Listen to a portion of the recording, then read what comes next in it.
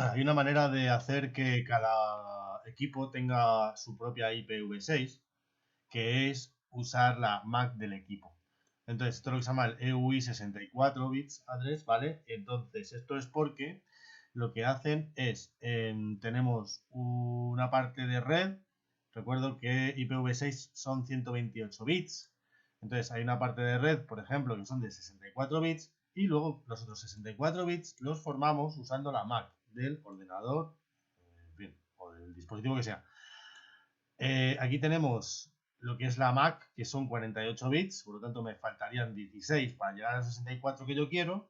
Entonces lo que se hace, se divide en dos partes, que por cierto, la Mac, la primera parte es un OUI, que es un identificador que se le da al fabricante, y la NIC es el número, el número que el fabricante da a cada uno de sus dispositivos. Entonces, se parte por la mitad, se pone a la izquierda el OUI, a la derecha el nick y en medio se pone FFEE.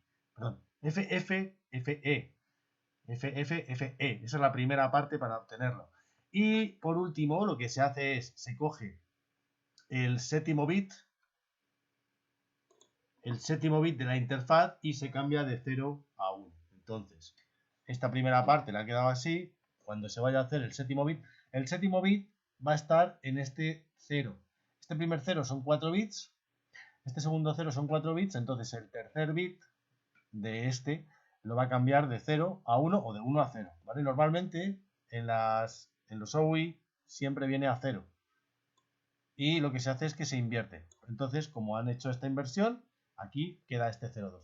Esto sería la parte de los 64 bits que hemos conseguido y quedaría la parte de la izquierda, que es la parte de red. Y así es como se hace esto del EUI 64 bits, que ha caído en algún examen.